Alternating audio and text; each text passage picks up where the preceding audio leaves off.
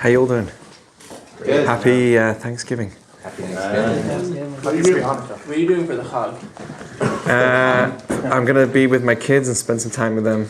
Yeah. Turn my phone off. Are you guys going to eat a turkey? That's what I'm going to do. Are you keeping the Turkey. Which hag? The Christmas? Which hog are you talking about? Hanukkah's like later. Christmas, Hanukkah, yeah, the 23rd, I think. The next month. Christmas? Todah? 20. The Hodah. Yeah, you know the joke. Say the Tell me joke. the joke. The joke is that the turkey in Hebrew is a hodu, Hodu. which means to give thanks. Lehodot. Give thanks. How crazy is that? Whoa. Yeah. Is it kosher? How did they know? I don't know. That's how the Jews invented the... Well, not that. Yeah, not that's that. how the Jews invented It's Tavanagolodu, which is Indian. Indian. And then, that's the other thing. I forgot about that thing. Yeah, Native American Indian. Yep. Wow. Whoa. Different Indians, Everything's- but yeah. Have you heard that before? Have you heard that before? No. Isn't that crazy? Israelis are a little racist, so it's fine. Very racist. But like fun racist. Fun racist. It's all good. That's all good. So anyway, Camera. I wanted to make it very easy and fun. So I wrote down 15 different lessons. Okay, I'm not going to go through all of them. That's it. But 15 different lessons that we learn from Genesis, from the first book of the Torah. And there's a ton of lessons. I wrote 15 different life lessons. We'll go through some. Maybe next week we'll go some more. And as time goes along, I'm just finding more and more and more life skills and lessons that you can learn.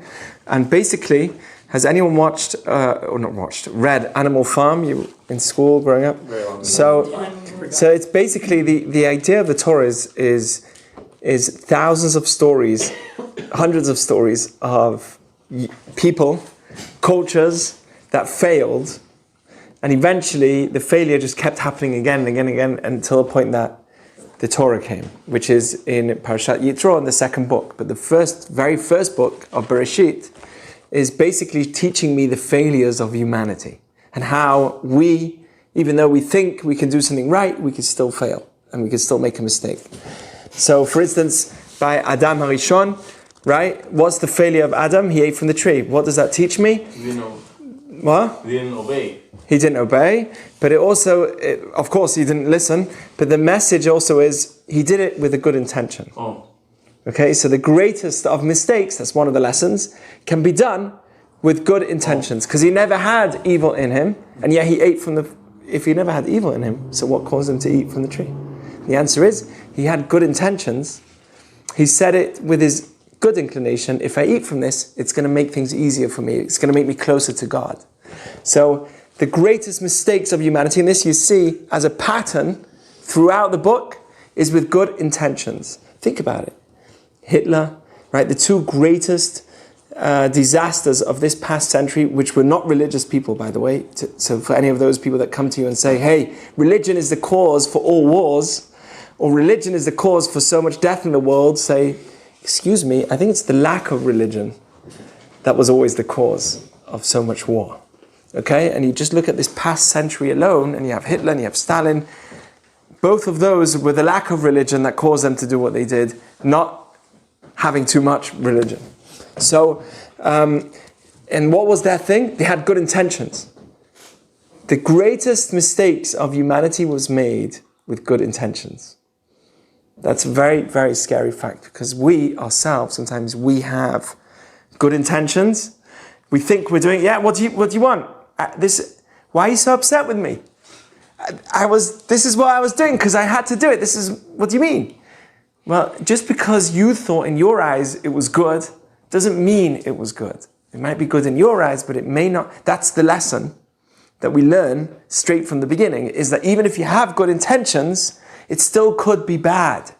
And you see that throughout the process. None of these people, in fact, no one is bad in their own eyes, right? Everyone says, it wasn't that bad. I mean, why are they upset with me? It's not that bad. No one's bad in their own eyes. Because everything we do is with a good intention. Otherwise, why on earth would you do it? Very rarely do people do things with a bad intention. So that's one of the first, I didn't even write that down, but that's a message that we learn from the Torah. Okay, so here goes a bunch of messages that I want to share with you. Tell me what you think, okay? This is something we've spoken in the past, but I want to expound on it and really tell you how powerful this is. So the Torah tells me every day that God created something, what does it say after? Etan? Amen. Amen. Close. That was good. That it was good. God saw it was good. Right? And then the second day he didn't say it, but the third day he said it twice, and so on and so forth. It was good, it was good, it was good. Actually, by the bad inclination, it says it was very good, which is interesting. But everything that happened, it says, and God saw it was good. Tell me, is God a physical being, according to Judaism? No. No, he's not like this dude hanging out there. So when it says that he saw something's good, does it mean from his perspective or from our perspective? Well, God is in everything, so if God is in us, then we see it's good. Then. So he saw it was good.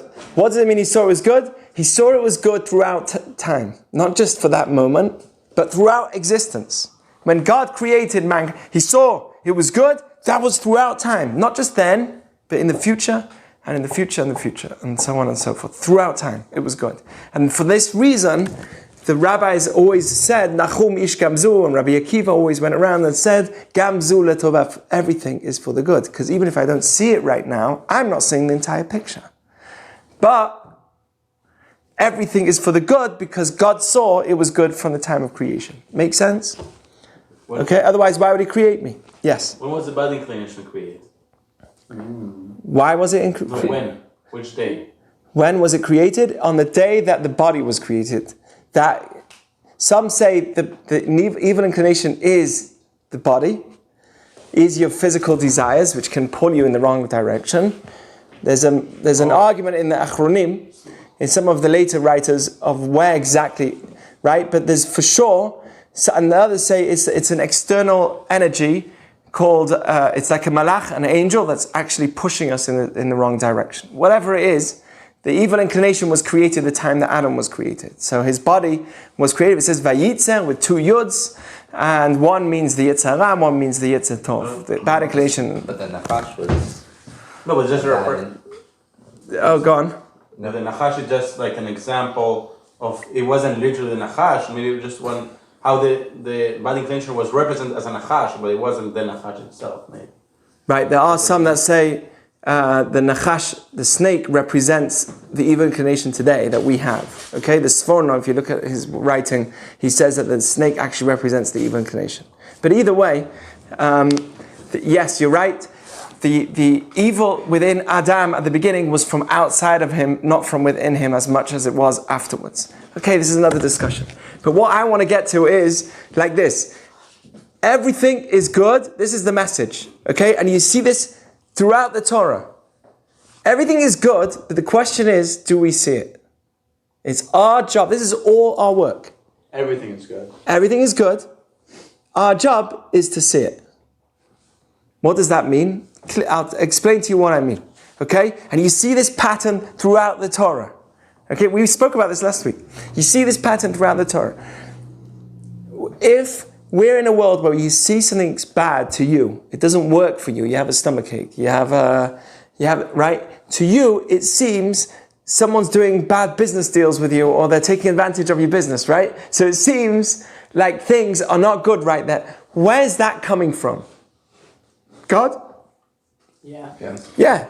The only thing is, we understand that the fact that I don't see it, that is exactly the part of us, or the point of us being in this world. Does that make sense? Meaning, if I only saw all the time God and the good of God all the time, then I would never have the ability to be in this world with free will. The fact that there's a hiddenness of Hashem in this world, meaning that we're time-bound and we're finite, there's a hiddenness of Hashem, that in itself tells me that bad is really the hiddenness of God, but it's really from Him. That's what allows me to exist in this world. If not for bad, I would never have choice in this world. Make sense? For instance, if every time something happens, you understand exactly why it happens, then it's always, you for sure know why it's happening. Do you have free will? Would you have free will if every time you understood everything that happened? No. No. Why not? Because you know everything what's going to happen, so you can't really choose it. You know it's going to happen. And second, you know why. You still have choices. You will have choices, but they're not so. For instance, I'll give you an example. Okay. Bad stuff. If you know all the potential outcomes, you still have a choice between the outcomes. True. Right. But when you know, the choice is narrowed down to a different place completely. And I'll explain to you what I mean. Free will and clarity go together. The more clear something is, the less free will you have. The less clear something is, the more free will you have. Let me explain to you what I mean. If you have a fire that's right here, right? And it's burning on its highest heat, right?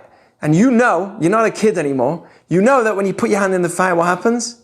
You're going to burn your hand. So what are the odds of you actually saying, oh, I have free will. Let me put my hand in the fire. 0, because you're not going to be stupid. Right? From 1 to 10, Masochist, right? unless you're a nut job, right? But from 1 to 10, how obvious is it that you'll burn your hand?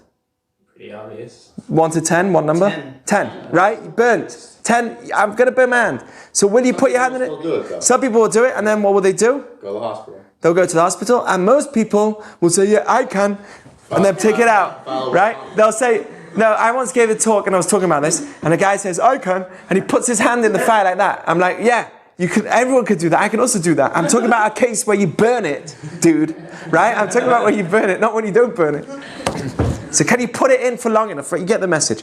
If you, to a point where you know you're going to burn it, right? From 0 to 10, how obvious is it that you're going to burn it? 10. So will you put your hand in fire? No, the chances are less. With the more clarity you have about something, the less free will you have within that matter. Okay? What does that mean? That means that this world that we're in, there's good and bad. Bad is just the lack of understanding or this vision of why God is doing what he's doing.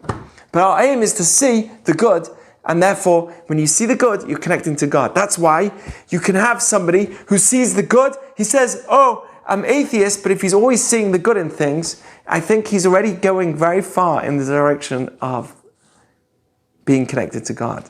It's very interesting. Somebody who sees the good in everything can be very spiritual. It's an amazing thing. So here goes the message that you see throughout Genesis. What is the message? See the good as opposed to seeing the bad in your situation. Start with Adam. Why did he eat from the tree? That woman you gave me, that she was meant to help me, gave me the fruit and I ate it. What's that? Seeing the bad. Seeing the bad. You're not focused on the good. You should have said, that woman that you gave me, I'm so thankful for, and it was my responsibility and I failed. That's what he should have said, but he didn't do that, right? So he was kafui tova. He denied the good that God gave him. It's like a husband saying to his spouse, he's got a stomachache, and he says, and his wife's like, why are you so sick? He says, because that food that you cooked me, right? That dinner you cooked me last night was rotten, right? Not only are you not being grateful for all the work that your wife did, but it's just completely denying the good. You're not focusing on the good that she did. That's wrong, okay? So denying the good is very much connected to evil. Recognizing good is very much connected to good and to godliness. Because that's how the world works in this world of free will. You'll see this pattern throughout the book of Genesis. You go to the next story, Noah, right? So Noah saw the good. And he wasn't as great, it says, as Abraham, because Abraham was able to see the good in other people. And Noah stayed in his own place and he built his ark, but he never reached out. So there's this message that he didn't. You'll see this, Cain and Hevel. So Cain kills Hevel. Why? Because he was jealous of him and he didn't see the good in his brother. So he destroyed him. And that was not seeing the good. Right? Good, God. See, sounds like the same word. You go to the next story. You've got Abraham. You've got Isaac. You've got Jacob. Each one of them, do you know what it says about Sarah? It says that her life, it says for each group of years that she lived, it said she lived for 100 years, 20 years, and 7 years. And the rabbis explain, why does it say years for each one? Imagine saying, how old are you? I'm 20 years old, 7 years old, and 31 days. Right? What would you say to a person that does that? Yeah, you're weird, dude. Just tell me your age. I'm 27. Okay, great. Right? But I'm 20 years, 7 years, and right, the Torah is not meant to do that. Why does the Torah do that? Because it says, Rashi says, Kulan shavim letovah. All her years were equally as good. She had the hardest life that you can imagine. Her whole life she suffered more than anybody that you can imagine in the Torah. The story that she went through is insane. She was abducted twice. She never had a child. She never had a child till she was way too old. She always thought that she could never have children, and she was right. Everything went wrong for her. Her family she had to run away from young. Everything was wrong for this person. Yet it says all her life was equally as good. What does that mean? What does it mean? It's not just that. It was equally as good. It wasn't. But in the way that she looked at her life, in her perspective of living, it was all good. It's not about how it was good or not good. It was a horrible life if we would look at it. But the way she looked at herself, that's what it's telling me. How she looked at her life. And the same with Abraham. What was Abraham's story? He loved guests. Why did he like guests? Why did he love doing chesed, kindness? Because he saw God does kindness. He said, I want to do the same thing. He recognized God. What's recognizing God? Recognizing the good. He's like, whoa, this world is insane. I can breathe, I can talk, my eyes, look at the eyebrows. They are to stop the water from getting into my eyes. Right? My nose is perfectly built in a way that I can actually, the fruit is perfectly done. He saw Hashem from a young age in everything, and he wanted to spread that to the world. That's why he always had guests. Abraham was a man that saw the good. Go to the next. You look throughout the Torah, especially of Bereshit, the great people, the people that failed, either denied the good or they saw the good. Dor Haflaga, the generation, what did they do? It says in Tugun Rabbi Yonatan that this tower, you remember the story? They had the Tower of Babel, where they all built this huge tower. What was it for? To reach God. Right, to reach God. What does that mean? You can't reach God. They're not stupid. What does that mean? To prove that they don't need God. They don't need God. That was their message. They even had what's it called in what's that not Eiffel Tower? What's the one in New York? Statue of Liberty.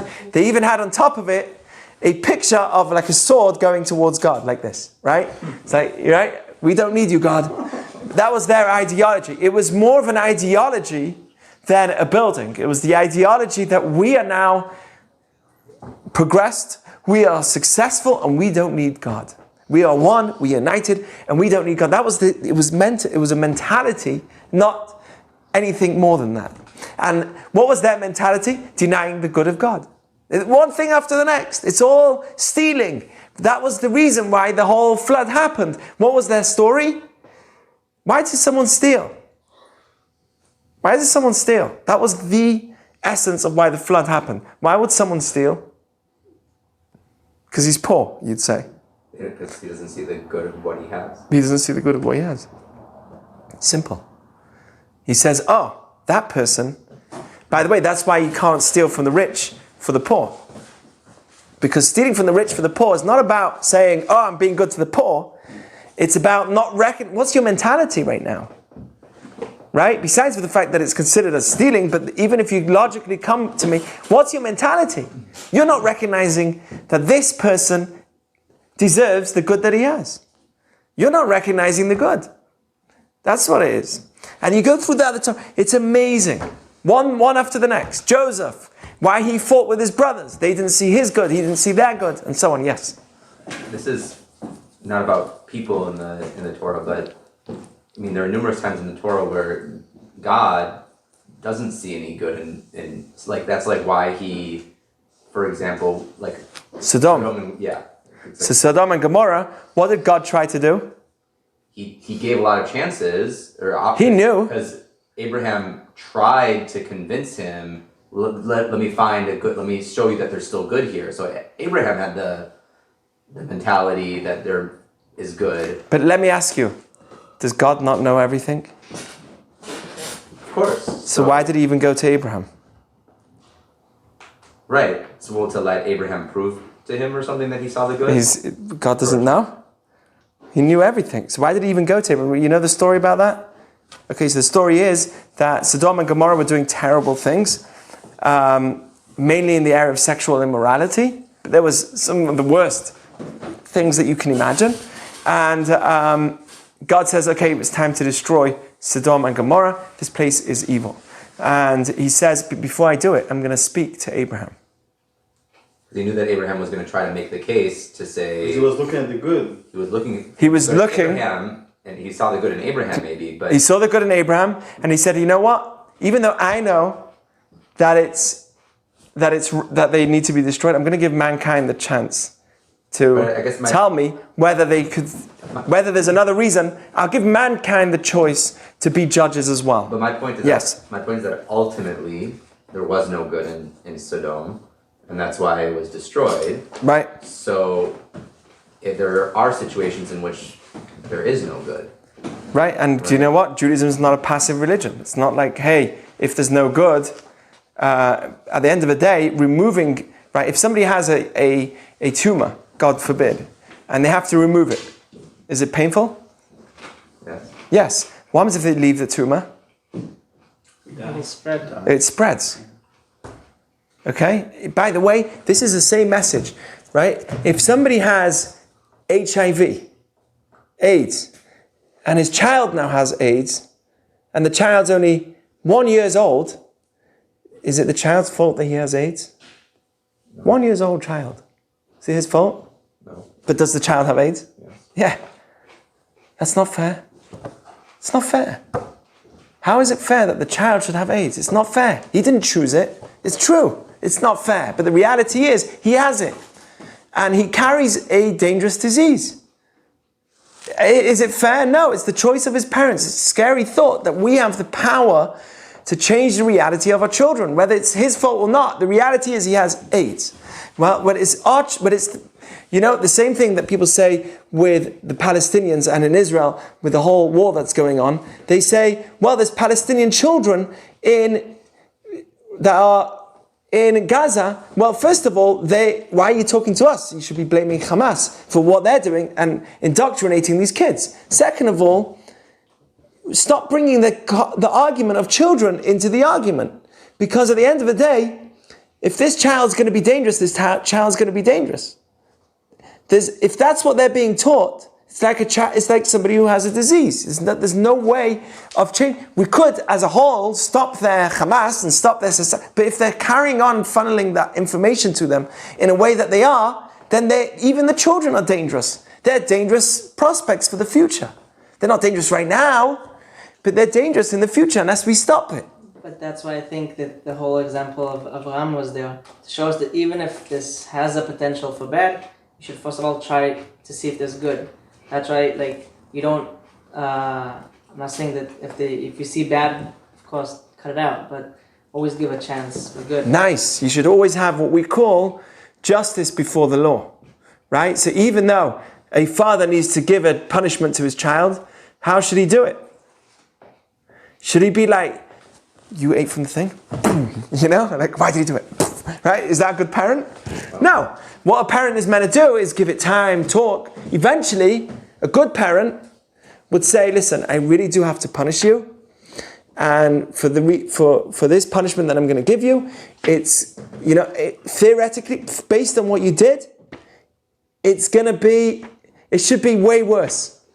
But, right, you're laughing because if you're from a good Moroccan background, right? So it should be way worse, but I'm going to give you, because I love you, I'm going to give you something smaller.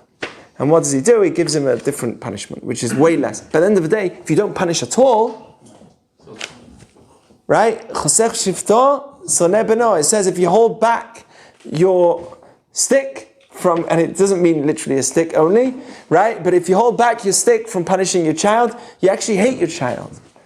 If you don't make boundaries for your child, then you're going to hurt him in the long run. If you're like, hey, put your hands in the plug, yo, do it, right? And then he's like, hey, I want to smoke. Yeah, fine. You know these parents. They just let their kids do whatever they want. Is that good? That's a way to have a spoiled kid. It's a way to have a spoiled kid, a dangerous kid, an unhappy kid. You've got to make boundaries for your children, okay? This is not just a political idea. This is real. If we don't do this, our kids are lost. Okay. So that's the second thing, okay? The first thing I wanted to say, we only got through one message that you see in the pattern of the Torah. Don't worry, I'm not going to go through all 14, don't worry. We've only had 20 minutes, 25 minutes, and we only went through the first message, which is, everything is good. Our job is to see it. Our job is to look at it, okay? So no matter what situation you're in, how bad it could be, how painful it can be, there's something good that you could see in it. That's called Nekudat Tovah. By the way, Joseph, goes even longer. What was Joseph's thing? That was his thing. Right, that was his thing. What did he do? Talk about it in Sukkot. Right, he had dreams, and then what happened? His brothers hated him. They threw him in a pit, and what did he do? Saw the good. Yeah, he saw the good. How did he see the good? He smelled that was when he was on the way. Right, when he was on the way, sold by his brothers, treated like dirt by his own brothers, sold. Can you imagine your brothers selling you as a slave? Yes. Does that even exist? That's insane. Right, yes? Oh no. Right, so someone call the cops. So, can you imagine? Sold by your brothers, it's insane. And what does he do? He sits in his cage at the back of his wagon that he's being sold into, and he's like, I smell something. What am I smelling? I'm smelling spices. Normally, these people are people, they were Arab merchants, and they normally carry oil. Nothing's changed, right? So they normally carry oil. And And now, they're not carrying oil, they're carrying spices. This never happens. I've been living here for 17 years, and I've never seen these merchants selling spices. They always only travel with oil. This is insane. And he starts thinking about it, and the whole journey, days and days and days of his journey till he gets to Egypt, right? It takes today 5 hours in a car. At what speed? To get to Eilat, how long does it take? 5 hours. 5 hours by car. Can you imagine in the desert, back in those days? How long it would take to get to Eilat, to get into Egypt? Days, weeks. So for weeks he's in this thing and he's smelling, wow, the whole way. And he focused on the good and he forgot about his brothers driving him crazy and selling him. And he was like, okay, that's it. And then he came the second in command of the king of Pharaoh. And that was his mentality throughout his story. He focused on the Nekudah Tovah. If he saw the good all the time, if he knew always why it's good, he wouldn't be human. That's not human. But it's because we're able to choose good over bad, to look at good over bad, that's what makes us human, that's what makes us successful. And you'll see this pattern. Okay, I'm not going to talk more about it, but that's number one. Okay? Everything is good, our job is to see it, that is the role of humanity. Focus on the good of your situation, not on the bad. No one's here to hurt you. No one's here against you. If somebody did something against you, I'm not saying, by the way, you should be vulnerable. And I'm not saying that you should go around now saying to people, hey, dude, everything's for the good when they're so upset, right? But no one wants to hear that. When someone's down and they don't want to hear, if they're focusing on the bad, they don't want to hear you telling them how good things are.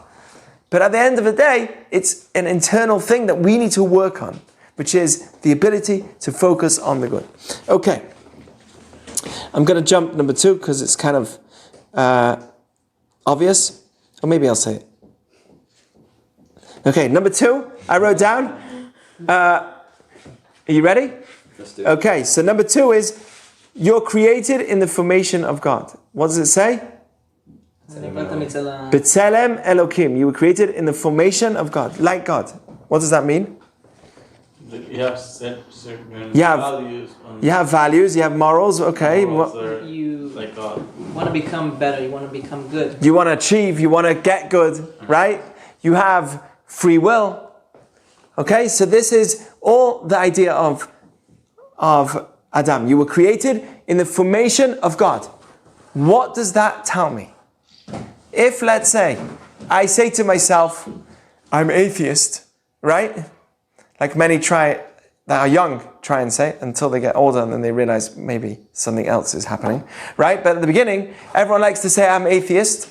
And then what does that do to you? What's the difference between saying you're atheist or you believe in a God?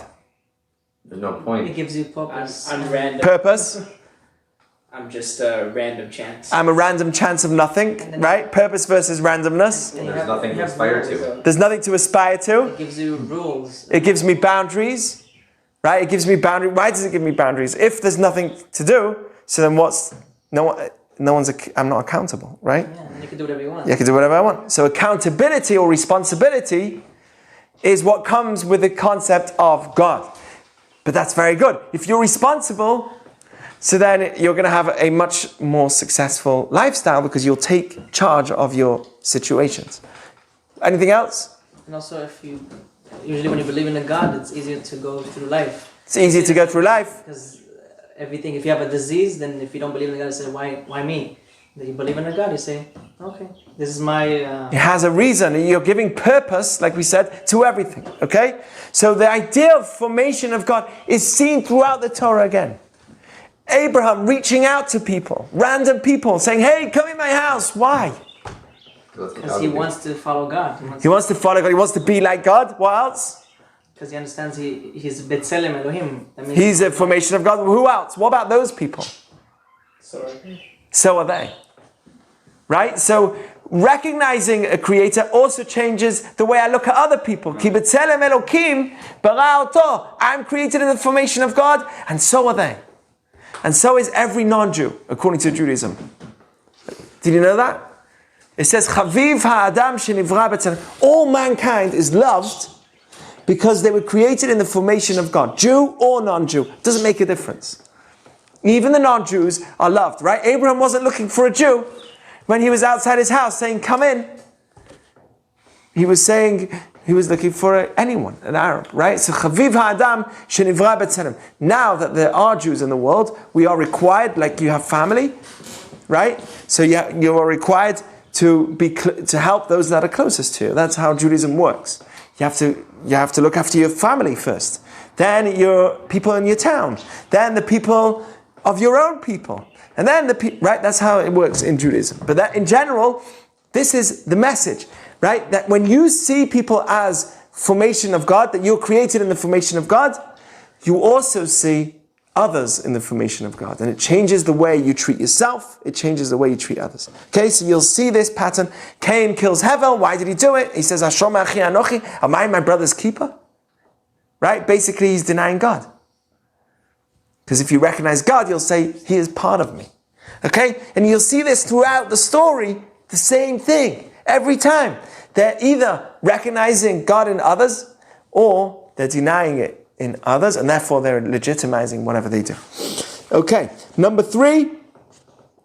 This is a crazy one. You ready? This is crazy. Being like God is greater than being with God. Being like God is greater than being with God. Listen to this story. So Abram's outside and he's waiting by the tent and it's really hot, and he had his Brit Milah and he had his circumcision. Do you remember what the story is? You're nodding. What happened? When he's waiting and when the guests come and he leaves. First it says that God appeared to Abraham or something like that. He was going to talk to him. He was talking to him. He was having a prophecy. So Abram's now talking to God. And then he sees the guests coming, and he basically goes and tends to the guests instead of being with God, because he wanted to act in the way with chesed, act in the way that God would act. So it was being like God. Being like God is greater than being with God. That is the most crazy thought, and it's only in Judaism that we have this. You should know. Most of the other religions say it's all about being with your God, right? That's all it's about. But Judaism says, no. It's more about being like him than being with him. In this world, it's all about being, that's why we're here, to be like him. If we were to be with him, we wouldn't be in this world in the first place. You just hey, if you want me to hang out with you, just hang me out with you right from the beginning. What's the point in putting me in this world, which is so challenging and annoying sometimes, right? So why did he put me in this? So you put me in this because you want me to be like you, not just be with you. And that is the greatest message of Judaism. Listen to what, he said it great. Listen to what the Talmud, let's say the language of the Talmud directly. Let's see the Talmud directly. Amar Rav Yehuda Amar Rav. Rav Yehuda said in the name of Rav, this is a Talmud in Shabbat. Gedolah hachnasat orchim. It's greater to invite guests than to be with the face of the Shekhinah, to be with God. As it says, Vayomer Adonai, as Abraham says to God, Imna matzati chen beinecha. If you really find favor, if I find favor in your eyes, please hold a minute. Don't run away. I'm going to go to the guests and I'll be back. This is exactly, Abraham says, goodbye, God. I'm going to go to the guests. It's insane, right? And we see that also from Adam and Eve. What happens with Adam and Eve? They were created as one at the beginning. Did you know this? They were male, female at the beginning. That's called androgynous, right? That is. Right? It is. In Talmudical terms. In modern terms, they use that word too, right? So he was created as a male-female, and only later on did God separate him. He said it's not good for mankind to be alone. Separates him, and then he has Chava, Eve. He covers his flesh after he separates him to make him realize that she's not a burden to him. This is an important part of him.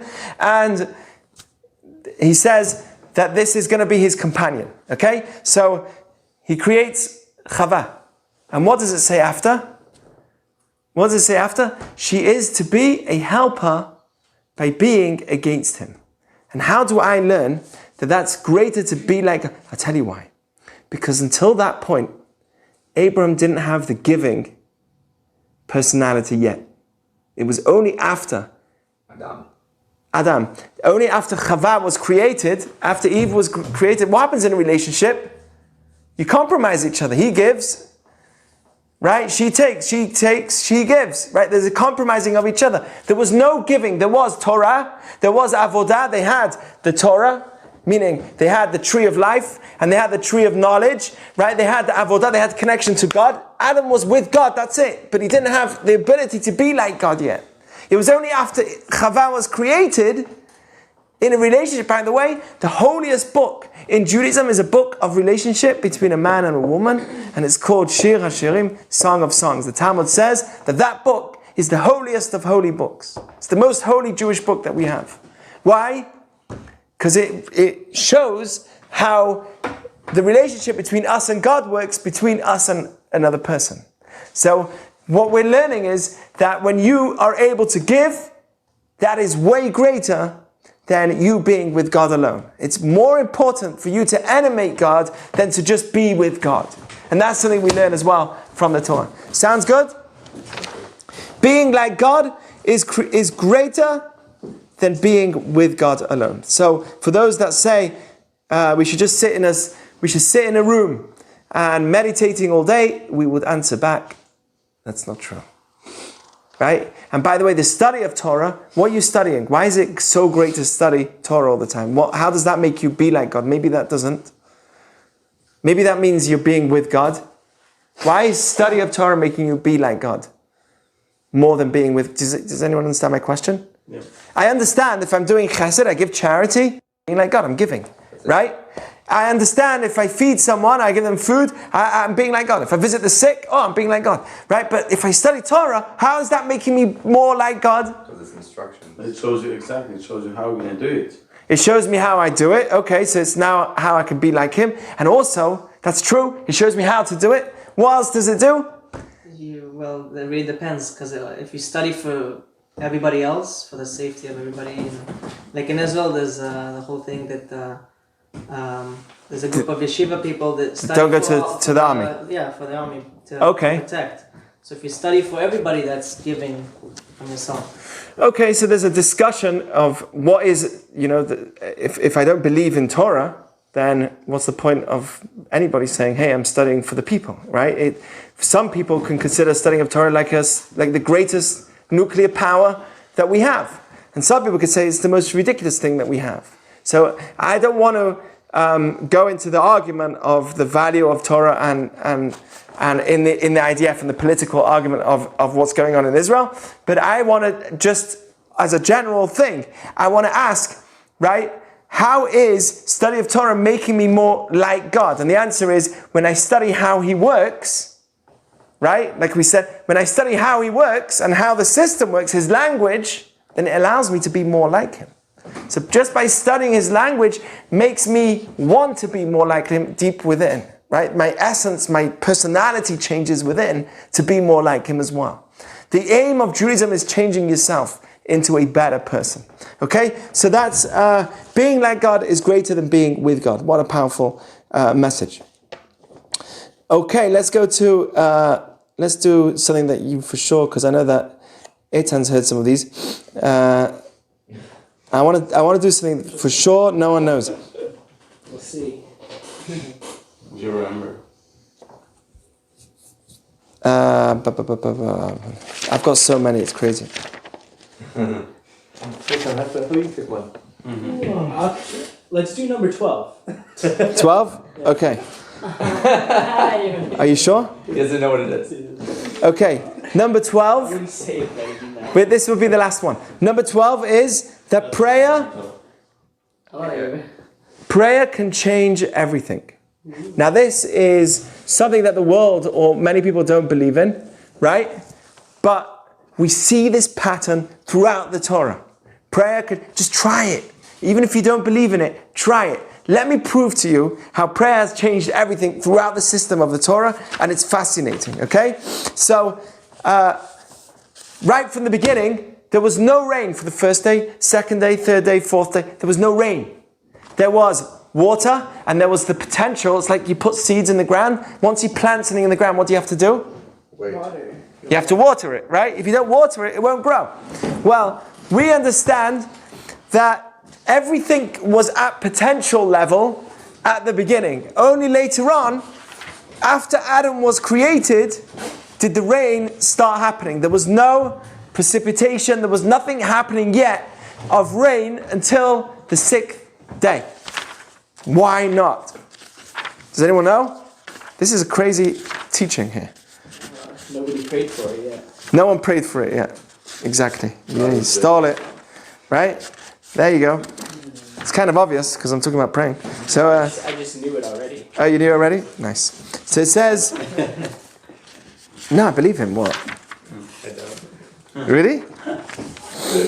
Let's see. Where did I put it? It's in chapter 2, verse 5. Chapter 2, verse 5. Listen to this. It says, all the grass of the fields did not grow yet on the ground. Okay? Nothing flowered, blossomed yet. God did not cause the rain on the ground. There was no man yet to to work in the land. There was no man yet to work in the land. And this is already from the 6th day. It says that there was no rain. And because there was no rain, nothing grew. Listen to what it says. Rashi says like this.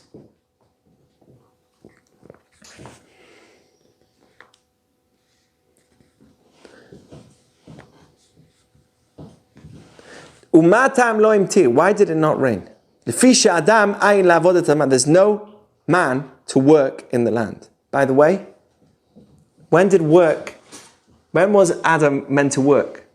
After he ate the apple. After he ate from the apple, but this is written before he even ate. So obviously, work, when it talks about work here, it doesn't mean by working in the field physically. It means spiritually. Okay? There's no man meaning mankind, man and woman, for those that get upset. Right? There's no man to work in the land. And there's no one that sees the good in rain. Once Adam came and saw the need of it in this world, he prayed for it and it started to come down. And only then did the trees start to blossom and the grass. So you see, straight from the beginning, the power of prayer, that nothing was growing because there was no mankind to ask for it. When you ask for something, how many times do you not get something because you just didn't ask? Right? You never had that? You're like, oh, he's not going to do it. He's not going to pay me. He's not going to help me. He's not going to... Just ask. Send the email. Doesn't hurt. Nowadays, you can even do it behind the screen. It's better to ask it face to face, but you can even ask. And that's the same with spirituality as well. Ask and you'll get. It says like this. Listen to this. We see it again by Sarah. What happened to her? She was barren. She had no ability to have kids. Right? No ability to have kids. What does it say? Don't call your name Sarai, call your name Sarah. Listen to this. The Talmud says 4 things can change your decree of the way that you are meant to live your world. Okay, so if you're in a certain place and you're told that in this person, right, Tamir, right, Michael is he is in the place that the family that he's in, the place that he's in, the country, he's going to earn this and this much money in his lifetime. Or he's going to have this amount of kids, right? All those decrees that were given to you could be changed if you do one of 4 things. Okay, if anything's going wrong your way, you could do one of these 4 things to try and change it. What is it? Tzedakah, charity. Tzedakah, tefillah. Tzedakah means crying or prayer. Shinui Hashem, changing your name. V'shinui ma'aseh, and changing your actions, changing your ways. Okay, any of those 4 things can change your situation and therefore put you in a new place, and now you can have that flow of goodness that comes your way. You just have to change your place, your position. It's like someone who's trying to throw something at you, but you're just in the wrong place. He can't get you. There's a tree in the way. You have to move so he can get you that thing that he wants to pass you. Okay? So it says, what was one of them? Tzedakah, prayer, and the other is Shinui Hashem. We see again, changing the prayer has the power to change everything. Here's another one. Right? Most people are looking for someone to get married to, not just someone to date. And what does it say? It says, don't search on Hinge for your date. No, I'm joking. Right? So everyone's looking. Yeah, use Tinder. So everyone's looking. No, seriously. Tet, Yud, Nun. No, I'm joking. Right? So. Yeah. So what was I saying? If you want to find someone, what does it say? Who looked for the first shidduch? Where's the first shidduch in the Torah? The first story of dating. In Breshit, with Adam and Eve, that's definitely, but that wasn't really a shidduch. No one was looking for someone. It was kind of just given to him. He's like, hey, I'll put you to sleep and I'll give you this gift. Da, da, da, da, da. Right? He just gave him this, right? That was easy. Isaac and Rebecca, right? Listen, guys, Abraham had all the money in the world. The wealthiest man. Not only did he have all the money, he had all the fame. He had everything. He's the type of guy, everyone would want to marry his son. His son was like, that was it. Like, you're going to get married to the prince. That's it. Nasi Elohim, he was considered like a priest, like a god. Abraham was a world's renowned person. He was a world power. Like, everyone knew about him. And he had a son, and he prayed for his son to get married. And he made an oath with his servant Eliezer, and Eliezer had this whole prayer, massive prayer, where he's praying for Isaac to get married. What are you praying for? You've got all the powers in the world. Why on earth would you need to pray? And the answer is, you pray, your answer comes straight away. What happened? Straight away, Isaac, found the shidduch. We don't realize the power of prayer. You just gotta try it out. Try it. It says, Korim Hashem, Karov Hashem lechol korav lechol eshay kra'uhu be'emet. Hashem is close to anyone that calls him. You just have to call him properly. If you're calling him, maybe you're not calling properly. Call him properly. I've got a whole different topic on prayer itself. But here you see, throughout the Torah, this idea that they prayed. Abraham prayed, Isaac prayed, Jacob prayed before he went on war with Esau, who tried to kill him.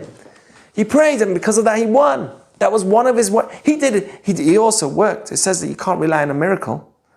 He made his efforts. He sent gifts. He split his family into different parts. He had a whole army in different areas, right? He split his family, and each one of his family members was strong.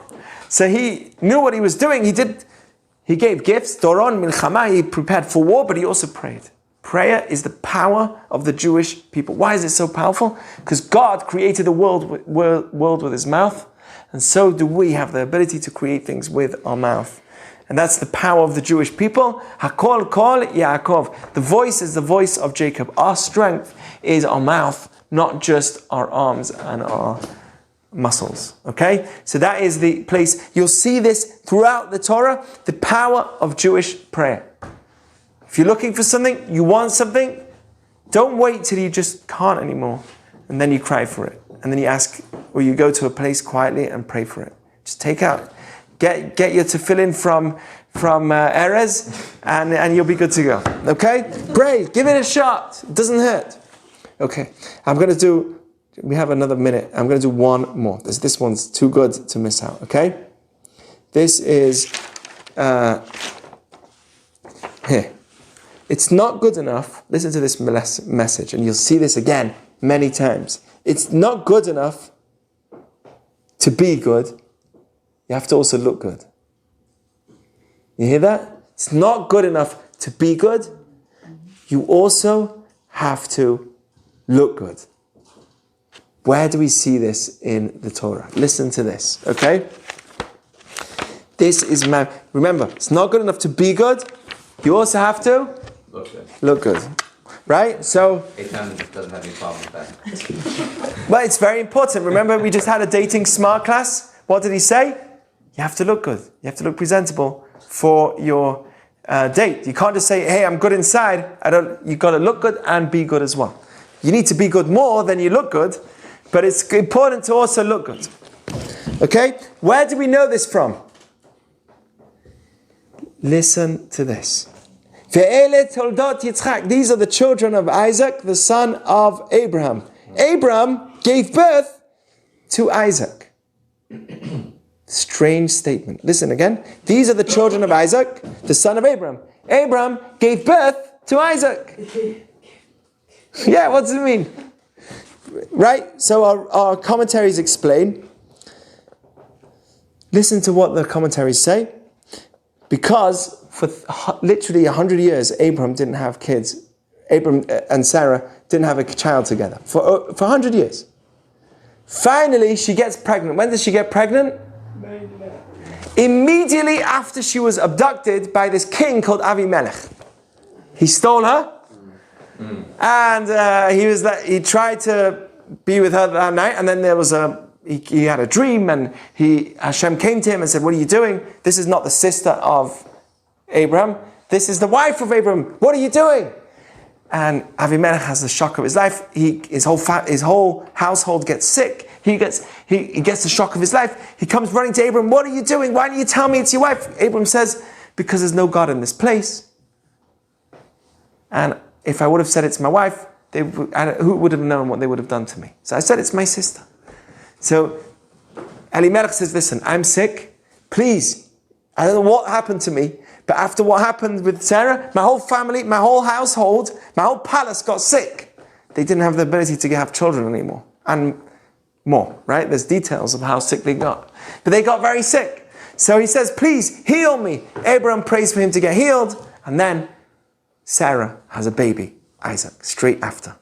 From there we learn, by the way, that anyone who prays for his friend, God answers your prayers first. So if I know that Eitan needs a kid and I want a kid, if I pray for Eitan, then I will also get a kid. God will answer my prayer first. So, but the question is, immediately after the king was with Sarah, suddenly they had a baby. So what's everyone going to say? Maybe it's his. Maybe it's the king's child. Yeah. Abraham, this is what happened. So what did God do? He made Isaac look exactly the same as Abraham. So everyone would see Isaac, they'd be like, Abraham, how's it going? And he'd be like, no, I'm not Abraham, I'm Isaac. Right? They look the same. And what would happen if they look the same? No one would doubt. No one will doubt. Boom. They look the same, no one's going to doubt, everything's good. Sounds good? How's it related? Well, how's that related? Simple. Who cares what people think of Abraham? Who cares? Is that what the Torah matters? Is that what matters to the Torah? That people are going to think. Let them think. Let them think that they were together with Avimelech. Let them think whatever they want. I don't care. As long as it's Abraham's son, and we all know the DNA. Who cares? Because you got to look good as well as be good. That is the message here. Nobody sees a DNA test, they see the No one sees a DNA test. They see the facts. And that is a very powerful message. If you're in business, if you're in a relationship, if you're in any situation that you're in, it's not just enough to be good. You've got to make sure you look good to the people around you as well. Make sure that you don't raise suspicion. You've got to be clean from the people. What? Yeah, you shouldn't cause a marit ayin, which is a twist of the eye, where people think, look what he's doing, when it's really not. Does that make sense? So that is the message as well. And we see this also many other times. Look good as well as be good. Just never say, as long as I'm doing the right thing, who cares what people think? Don't say that. You don't want to raise suspicion. That's why we have many different laws in Judaism to avoid anyone thinking things in the first place. Okay? You got to be good, but also look good to your surroundings as well. It's a life lesson. It's really important. And that way you'll succeed with the people around you. You can't succeed if you say, I'm good, but no one knows about it. You've got to market yourself well. You've got to look good as well as being good.